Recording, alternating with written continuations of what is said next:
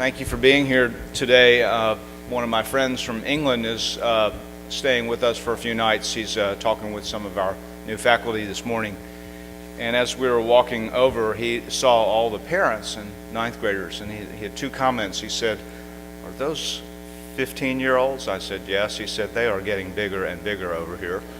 And then he saw all the parents, and he said, "It's really impressive to see so many parents committed being here early." So I say thanks again for being here. This ceremony is somewhat the consequence of recognizing that we have asked our seniors to wear a patch at graduation. And the reality of that tradition is that they wore that patch one time for graduation. And so we thought, let's make something different and maybe more meaningful out of just having that patch for graduation. And so we created this ceremony, which is essentially a rite of passage ceremony. It's a way of saying to the freshmen that they are beginning the journey in high school, and they should be thoughtful about that next 4 years and recognize that they will be a different person 4 years later, and it's really important to think about how you become that different person and what commitments you make. In that spirit, we have asked two individuals to make some comments, Senior Campbell Cook and Mr. Rich Kesser.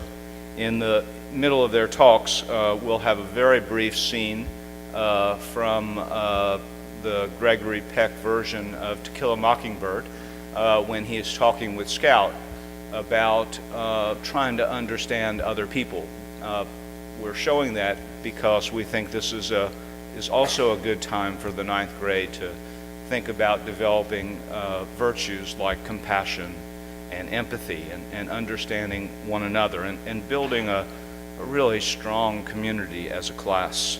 We're also pleased to have members of the orchestra here this morning. They will play some music as the seniors behind me give out the patches, and Mr. Norton will come up to give some good instruction about how we're going to give the patches out and also reflect as well on the purpose of today. So join me now in welcoming Campbell Cook to the podium.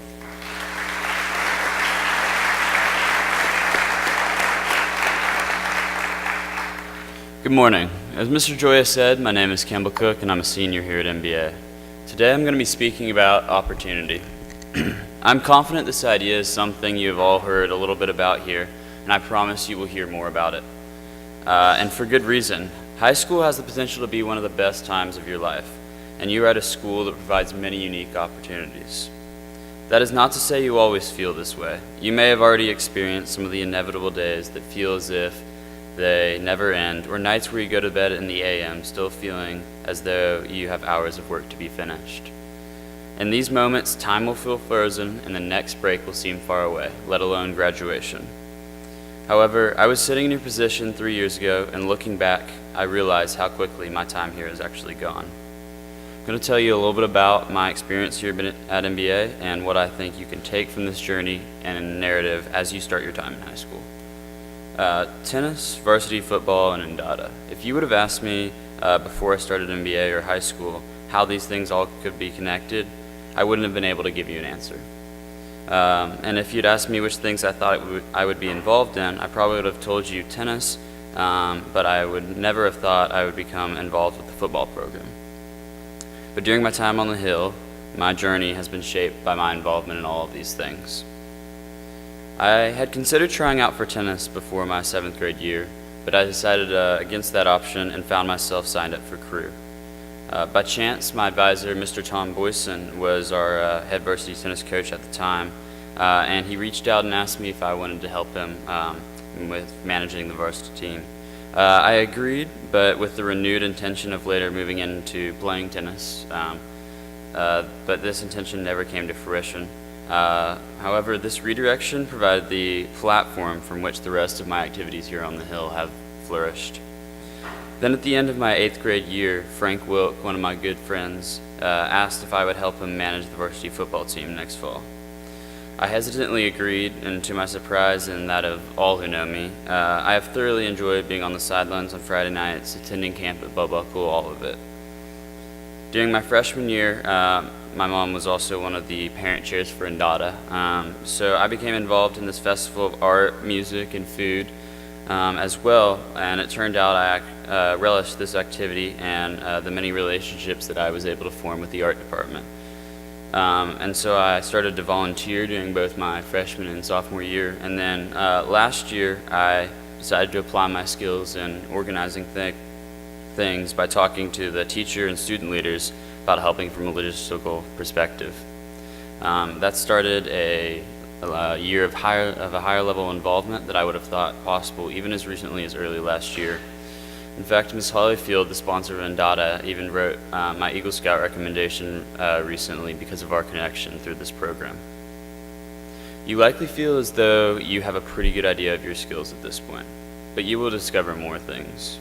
Whether you know or find out that you enjoy playing an instrument or participating in a sport or painting or whatever it is, take that skill of yours and apply it in as many areas as possible here. That involvement could be finding a service project that utilizes your skill, or if photography is your thing, get involved with clubs that rely on pictures like the bell ringer or the yearbook. Or maybe your abilities are less concrete, like my ability to organize things and do behind-the-scenes support work. No matter your skills, your experience will be much richer here at MBA if you keep that idea in mind when figuring out in what you're going to be involved. Figure out what you love and excel at, and apply that to as many areas of this campus as possible. Additionally, get to know the people well. When you hear this recommendation, your first instinct is likely to apply this adage to your classmates. And this aspect may well be some of the most important advice I give today. Deepen your existing friendships to create strong relationships that will endure past your time on the Hill. But also get to know as many of your classmates as possible. You will meet many of your classmates through unintentional overlaps, but be intentional about meeting those who you do not know as well.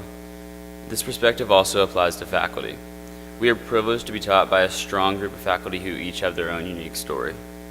Learn more about them, and specifically find a faculty member and develop a connection with them that is something stronger than just a shallow relationship based on having them in a class for a year or two. That can be with anyone. An advisor, a surrogate advisor, a teacher who you enjoyed and visit with even after you no longer have a class with them, a coach, and the list goes on. It doesn't matter who it is, your time on the Hill will be better if you have someone whom you know and trust on the faculty. Hearing all this advice, you may try and envision yourself over the next 4 years. But what you think right now is likely to be different from where you end up. When I think about the activities, classes, and extracurriculars in which me and my classmates enjoy being involved, I realize that a sizable portion of those things were discovered in a moment of disappointment or disillusionment. Opportunities to try new things will come naturally, and you cannot possibly foresee all these options sitting here today. But I will leave you with a key piece of advice. Throughout high school, evaluate what you are doing and whether you truly enjoy whatever that is, and take advantage of new opportunities as they come. Thank you.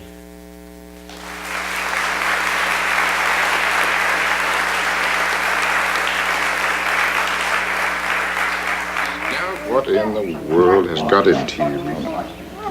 No. Atticus, I'm not going back to school anymore. Now, Scout, it's just the first day. I don't care. Everything went wrong. The teacher got mad as the devil at me and said you were teaching me to read all wrong and to stop it. And then acted like a fool and tried to give Walter Cunningham a quarter when everybody knows Cunninghams won't take nothing from nobody. Any fool could have told her that. Well, maybe she's just nervous. After all, it's her first day, too, teaching school and being new here. Atticus. Now, wait a minute. You just learned a single trick, Scout. We get along a lot better with all kinds of folks. You never really understand a person until you consider things from his point of view. Sir? Till you climb inside of his skin Walk around in it. But if I keep going to school, we can't ever read anymore. Scout, you know what a compromise is?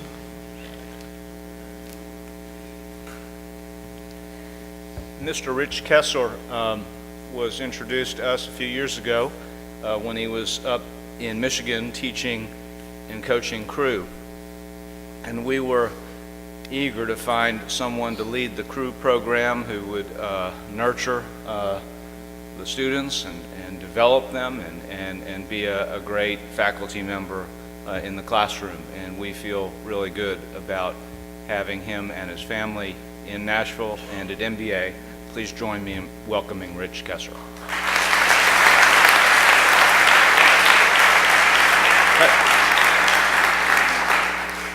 Good morning.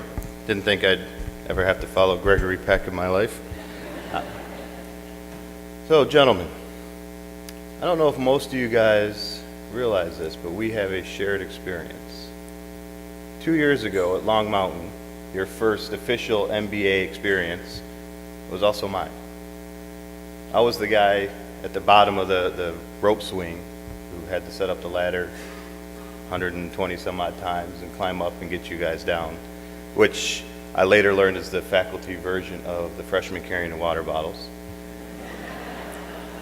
But the phenomenal part of it is I got to be down there and listen to Coach Raines and Coach Simpson all day long talk to you boys about how MBA is going to push you to try something new, to get outside your comfort zones.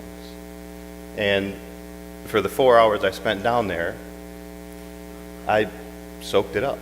I enjoyed it, and made me realize that the move from Michigan was where I hadn't coached in official practice yet, I hadn't taught in the classroom, but I knew that this was the right place. I'm going to reissue that challenge. Over the next 4 years, I want you guys to keep pushing yourself outside your comfort zone and become a class. In 14 years, and it seems like a long time, but it's going to go by quick. In 14 years, you guys are going to come back for a reunion. And it's not going to be the Kesting Circle of Friends reunion, or the Stephen Meyer Circle of Friends reunion, or the Ian Dorelli Circle of Friends reunion. It's going to be the class of 2022 reunion. Over the next 4 years, there is a lot of competition at MBA, on the practice fields, in the classroom, and you guys are going to be competing against each other for seats in a boat, if you choose to row for me. You're going to be competing against for starting positions and playing time, for the medals, for the highest grades in the class. There's going to be a lot of competition, which will pitch you guys against each other. What are you going to do in between the competition? That's what makes you a class. If you get the highest score on the test. So there are two types of people, or there's two ways to make yourself feel better. One is you feel taller by knocking down the other people around you, by making them appear smaller. Or you help lift the people around you and challenge yourself to be taller. In between the tests, in between the competitions, pick each other up, encourage each other. And some of you may not be very comfortable right now doing that. But 22 freshmen on the rowing program right now, it's still like that. It's hard to be part of something new and comfortable enough to push each other. But over the next 4 years, and the younger guys can see it in the upperclassmen, that they'll beat each other up on the water and on the rowing machines, but in between the competition, they encourage each other. You can do the same on campus. You can do the same in the classrooms. If you know that one of your friends didn't perform as well as they could have on the test, and they're feeling bad about it, go over and talk to them, encourage them, lift them up. That's going to happen to you at some point in the next 4 years, and you want somebody in your corner also. Every class, in 152 years, every class that has gone through MBA has left their mark on the campus. Everyone has a legacy. you can't decide your legacy right now. You can't say we are going to be the most athletic team. We're going to be the team with the highest GPA, or the class with the highest GPA. But if you work every day to push each other, to lift each other up, over the next 4 years, you will write your legacy. It'll happen. You won't be intentional about it or have the goal in mind of what it's going to be. But pushing each other, lifting each other, encouraging each other, it'll happen. And then you can come back in 14 years and look around and smile and know that you left just as important mark as any other class that has gone through the school. So for those that were there, remember Coach Raines and Coach Simpson's challenge. Do something outside your comfort zone. Encourage each other. Enjoy your time on the Hill. Thank you.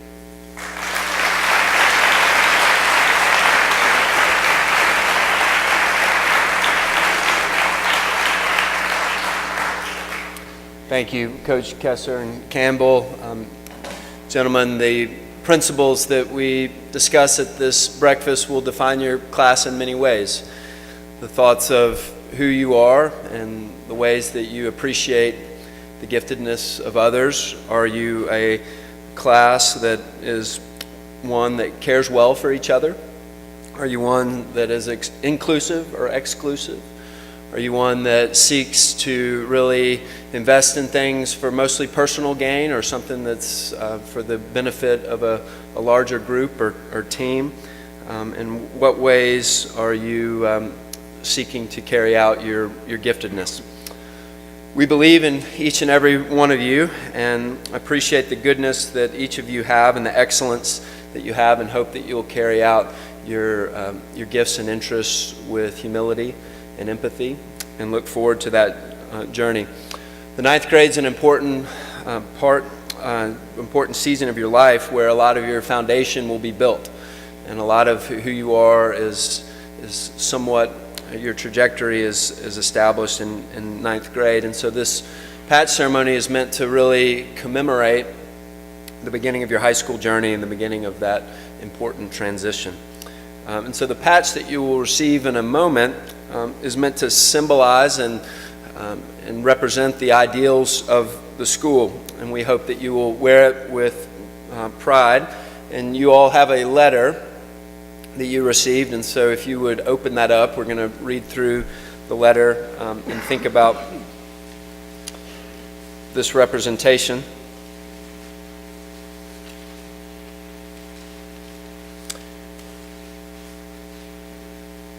At MBA, the ninth grade represents a meaningful step forward in the development of young men.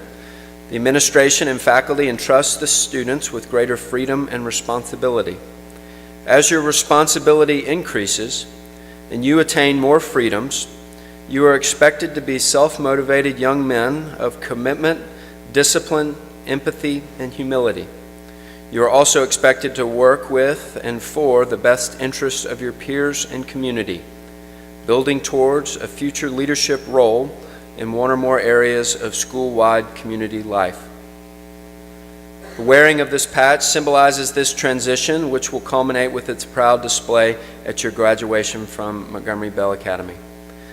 The MBA patch embodies the honor, respect, leadership, self-discipline, and citizenship that you will develop through your relationships with faculty, coaches, mentors, and one another as part of your experiences in and beyond the classroom at MBA. Please honor and strive to take personal ownership over these ideals.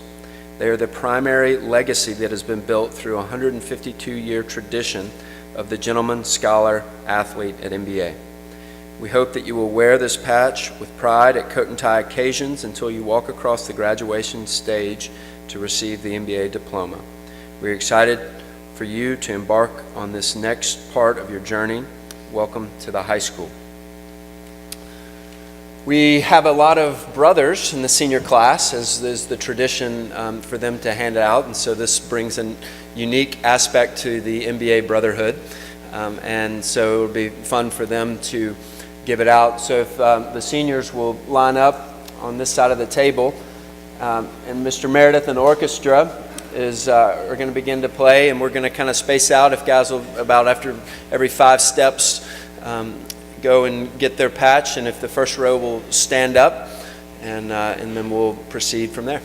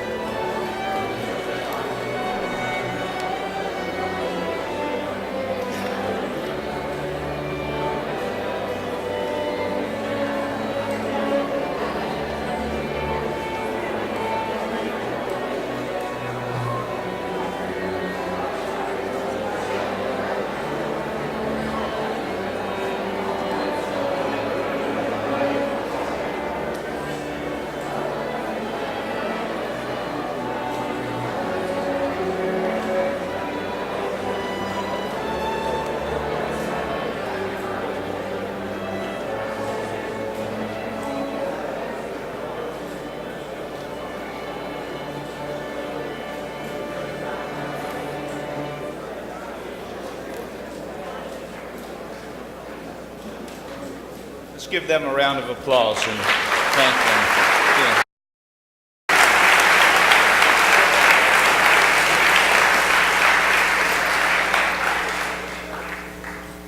Mr. Norton wanted me to add that the photos from this morning will be up on the Big Red Photos sometime soon, so please check that. Secondly, he wanted me to note that several of the seniors here are the senior officers at school, so nice to have you all here, and appreciate your being up early this morning as well. I thank Campbell and Rich Kessler for speaking. Appreciate your comments. What Campbell said about who you are and what the journey will be like the next 4 years, I hope you'll take that to heart. What Mr. Kessler said about classes and what kind of chemistry there is. And this, incidentally, is the largest class ever at MBA. It's 144 students. Not by design. We just had a lot of great applicants, and we just felt they would do the school well, and I hope you will. And I hope you won't just be great in terms of size, but quality and care for one another, as he said, and strength. I went to a funeral visitation last night of a woman who was about 91, and her husband graduated from MBA in 1945. He died about 10 years ago. And his class was an amazing class from 1945. His 3 sons all went to MBA, classes of 72, 76, and 80. And I was thinking about those generations in different classes. It's hard to really explain what chemistry there is in a class that makes it unique and meaningful, but I hope you'll think about that. And I think this morning gave you an opportunity to do that thinking and to make this class really special. Again, thanks for being here this morning. I hope you have a great day. We appreciate it.